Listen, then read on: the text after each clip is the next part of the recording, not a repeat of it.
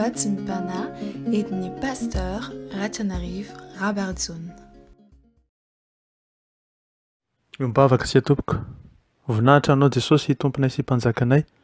Fa noho ny fitiavanao sy ny famindramponao dia mbola velona hatrapa amin'izay izay.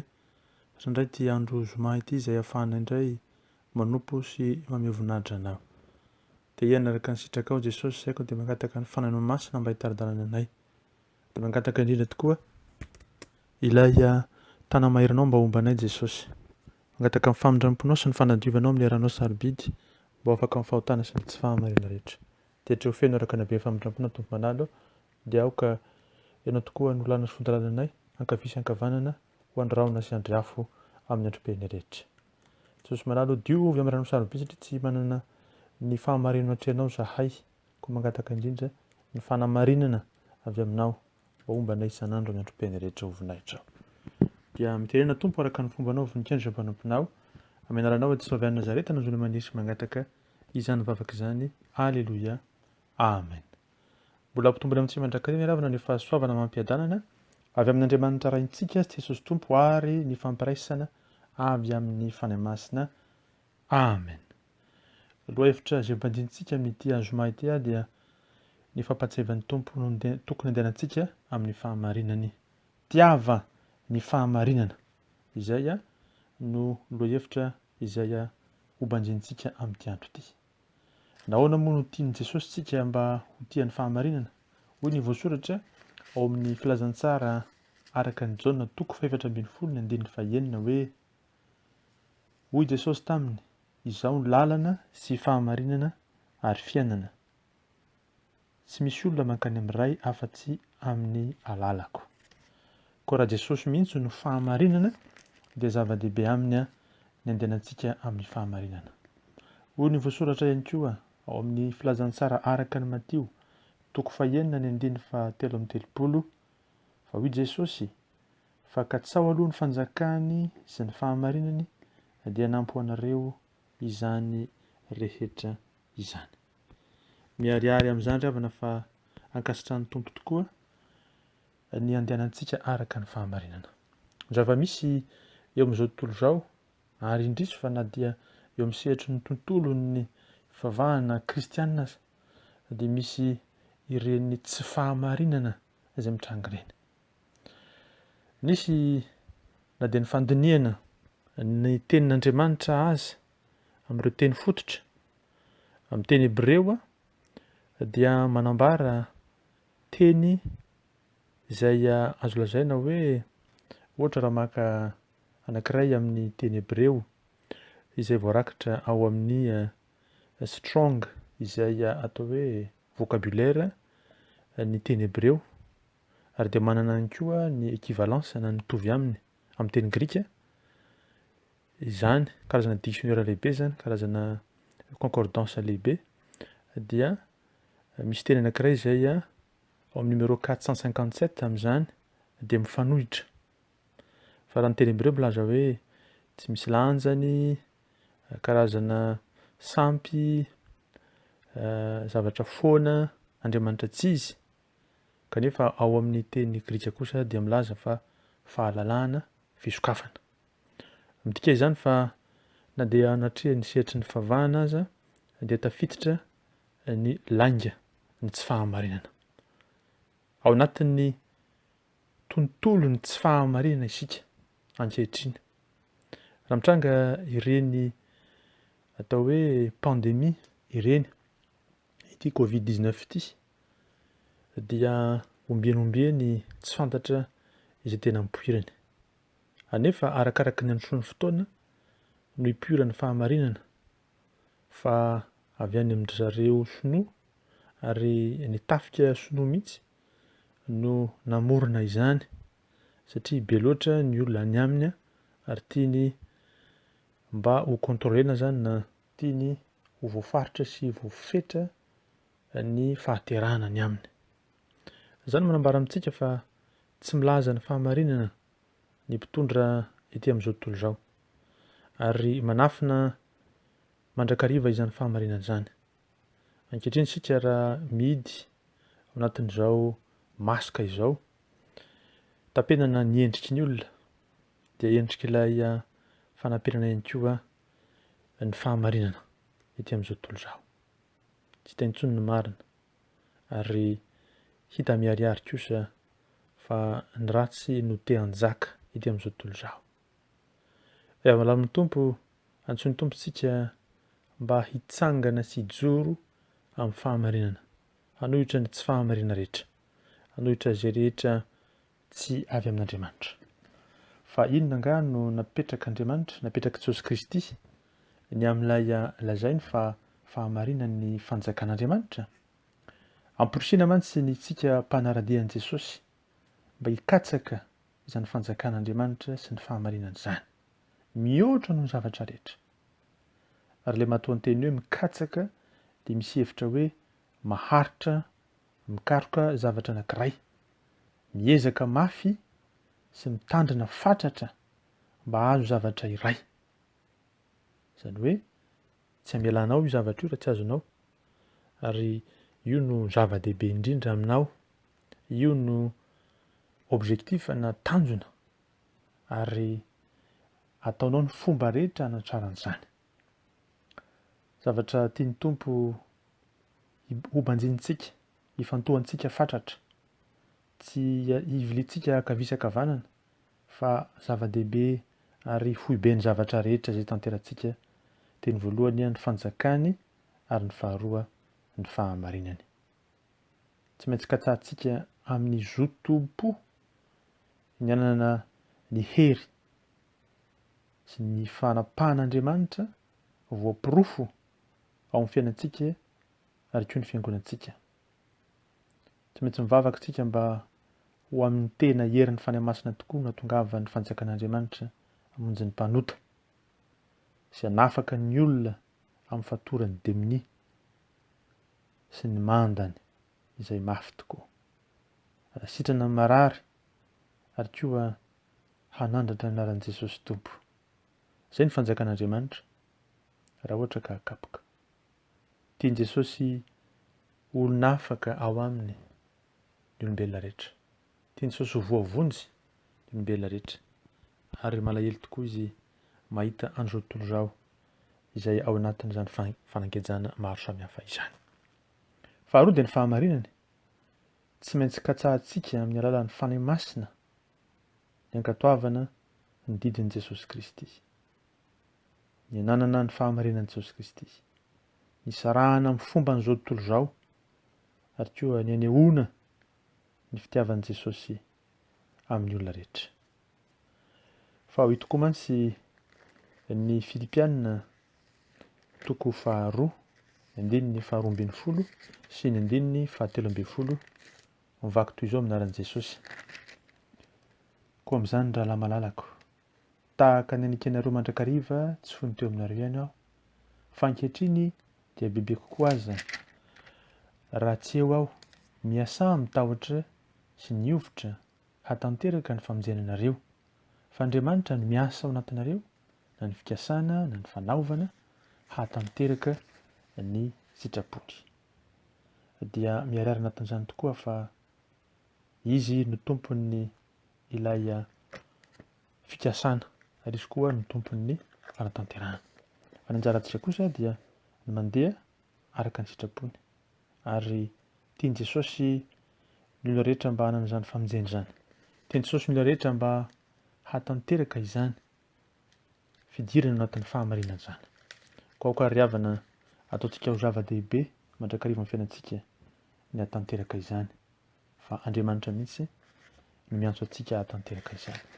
Tafajoro anatin'izany fahamarinana izany ve tsika ao amin'ny fiainantsika andavanandro, dia anjarantsika ny mijoro sy ny manontany tenany amin'izany mba hahatonga ny sitrapon'Andriamanitra ho tanteraka eo amin'ny fiainantsika. Tsarovy mantsy fa Jesosy nitoroteny tao an-tendrombohitra izany, ary ny toko fahadimy, toko fahaenina ary ny toko fahafito dia manambara izany fa ilay toroteny mihezinezina tiany nametrahana miharihary teo amin'ny asa fanompoana izay nataony tety an-tany, ny fametrahana ny fanjakan'Andriamanitra tety an-tany, dia niakatra ambony Jesosy tany amin'ny toerana avo teo amin'ny tendrombohitra, dia nanambara tamin'ny olona rehetra izay natrika azy, manambara amin'izao tontolo izao ny fahamarinana. Teo sambatra ve ianao mandeha anaraka ny sitrapon'Andriamanitra. Ary zay nahatonga ireo endrika samihafa izay nametrahan'ny tompony hoe inona moa no lalana mankany fahasambarana. Ny sambatra dia ny malahelo amin'ny mpanahy, ny sambatra dia ny ory, ny sambatra dia ny malemy fanahy, ny sambatra dia ny noana sy manketan'ny fahamarinana, ny sambatra dia ny miantra, ny sambatra dia ny madio am-po, ary koa ny mpampiavana ary izay enjehana noho ny fahamarinana. Eny, sambatra tokoa tsika enjehana satria izay no manam-porofo fa ao amintsika ny fahamarinana ary isika dia hanana valim-pity lehibe any an-danitra. Ao anatin'izany tontolo nametrahan'ny tompo ireo fahamarinana lehibe tiany mitoetra ao anatin'ny fiangonany, hitoetra ao anatin'ny kristiana tsara avy zany, dia hitantsika amin'ireo toko anankitelo izay nolazaiko teo ireo dia ny toko fahadimy, toko fahenina ary ny toko fahafito. Aokarintsika hijoro amin'ny fahamarinana ny ten'Andriamanitra satria izao tontolo izao dia miaina ao anatin'ny lainga, anatin'ny tsy fahamarinana. Izao tontolo izao dia miainga ao anatin'ny mitoetra ao anatin'ny zavatra izay mahatsiravina tokoa, dia ny fangalarana izay an'Andriamanitra izay an'i Jesosy Kristy. Raha toa ka tsy misy ny fahamarinana ary eo amin'izao tontolo izao, ary tsy misy ny fahamarinana eo amin'ny fiainantsika ihany koa, inona sisany no tafajoro? Tsy maintsy ny faharavana no mitranga. Ary amin'izay fotoana izay dia izay itikoitsika, izay olona ametrahantsika fitokisana no indro fa handiso fanantenana antsika. Iaina ao anatin'ny aiasy sy ny tebiteby ary ny tahotra isika amin'izay fotoana izay, ary tiany tompontsika mba tsy hanana izany. Tokana ny olona azo enterana, ilay Andriamanitra tonga olombelona, Jesosy avy any Nazareta no anarany. Atao anatin'ny tontolo izay niainana hatreto sy ny mbola ho avy ihany koa, ilay ratsy dia Satana dia tia metraka mandrakariva ny fanjakany ety an-tany izay miorina amin'ny lainga sy ny tsy fahamarinana, miorina amin'ny fanaovana tsinitsinina ny madiniky ny tompo. Dia ny tompo ianao, dia ny tompo izaho, dia ny tompo isika mba hiverina amin'ny fahamarinana ny ten'Andriamanitra ka ahafantatra fa ny fanjakany sy ny fahamarinana tokoa no zava-dehibe indrindra tia ny iainantsika isan'andro.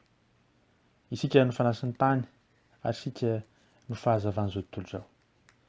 Ary isika no tiany tompo hitondra ny fitiavany anivon'izao tontolo izao, ahatonga ireo ratsy sy ny endriky ny ratsy rehetra tsy hanjaka intsony. Eny, ao anatin'ny fanjakan'Andriamanitra ihany no hatanteraka izany.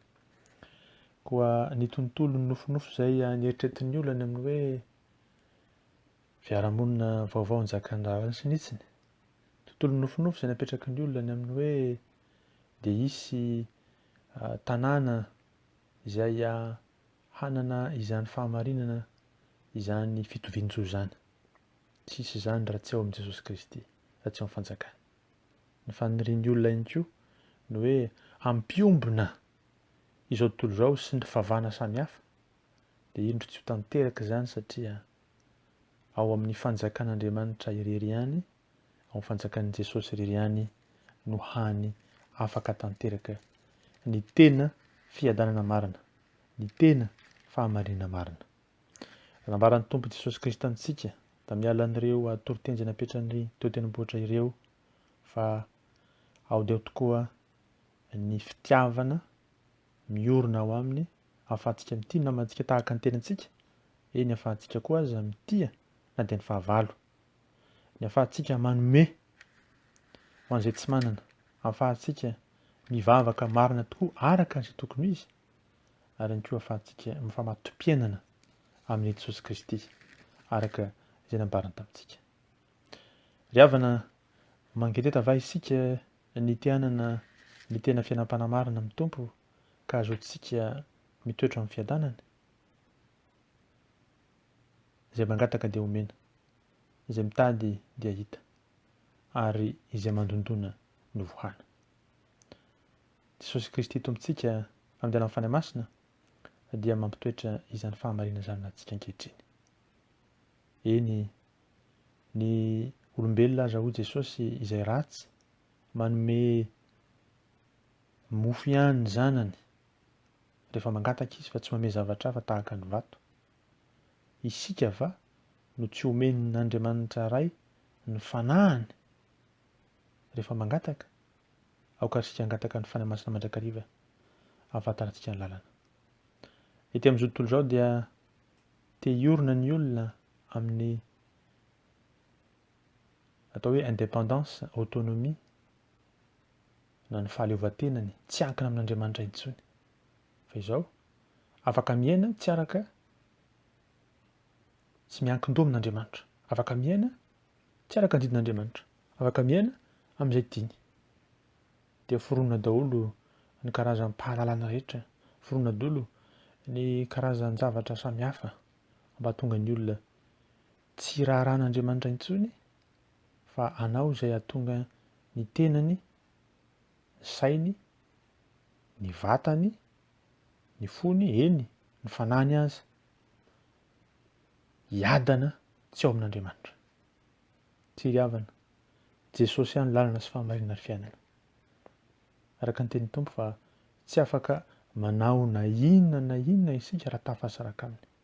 Noho izany atao vaindohan-draharaha isan'andro ny fangatahana ilay fanahy masina hiasa ao anatsika mba handehanantsika araka ny sitrapony. Fa satria izay manao ny sitrapon'Andriamanitra ihany no vovonjy. Hoy Jesosy hoe tsy izay rehetra manao tompoko no hiditra amin'ny fanjakan'ny lanitra fa izay manao ny sitrapon'ny raikio izay an-danitra. Mereza mantanja, aza matahotra ny am'vatom-po fa tiantsika ny Tompo amin'ny fitiavana mandrakizay ary te toetra ao anatintsika izy ho azy ny voninahitra ho antsika ny fiadanana sy ny fahamarinany. Vavaka isika. Toeranao sy mankalaza anao mivondranao tsy nisy tomponay satria lehibe tokoa ny fitiavana sy famindramponao. Nampatsevonao rehetra amin'ity marina ity fa izao tontolo izao dia miaina ao anatin'ny lainga, miaina ao anatin'ny fitaka, miaina ao anatin'ny tsy fahamarinana. Ary tianao zahay mba hiaina ao anatin'ny fahamarinan'ny teninao, ny fanjakanao. Eny, dia ianao mihitsy izany satria ianao ny fahamarinana Jesosy. Mifona aminao satria tsy mandeha araka izay sitrakao ary te hitovitovy amin'izao tontolo izao. Eny, hanahaka izao tontolo izao, handeha araka izay fenitra sy ny sotoavin'izao tontolo izao. Mifona Jesosy, mamindra fo, mamela heloka, diovy amin'ny rano sarobidy zahay. Dia mangataka aminao Tompo ilay fanahy masina no hampitodika sy hampiverina ny fiangonanao amin'ny fahamarinana. Hampitodika sy hampiverina ny kristianina tsirairay amin'ny fahamarinana. Dia ny fahamarinana fanjakanao izany. Atao volaranao amin'ny fiainanay ary Tompo, ny fahamarinan'ny teninao ary ny filazanao miharihary tamin'ny alalan'ireo teny izay nolazainao tao amin'ny toriteny voalohany nomenao ao amin'izany filazantsara araka ny Matteo 5:7 izany. Misaotra Tompo noho izany, dia aoka izahay hiaina tokoa araka ny teninao, hikatsaka ny fanjakanao sy ny fahamarinanao. Jereo maso fitiavanao reto mpanomponao amin'ity andro ity ka ny fahasoavanao Jesosy Kristy, ny fitiavanao Andriamanitra ray, ny hery ary koa ny fampiraisana avy aminao fanahy masina ho aminay isan'andro mandrakizay. Misaotra Jesosy. Alleluia. Amen.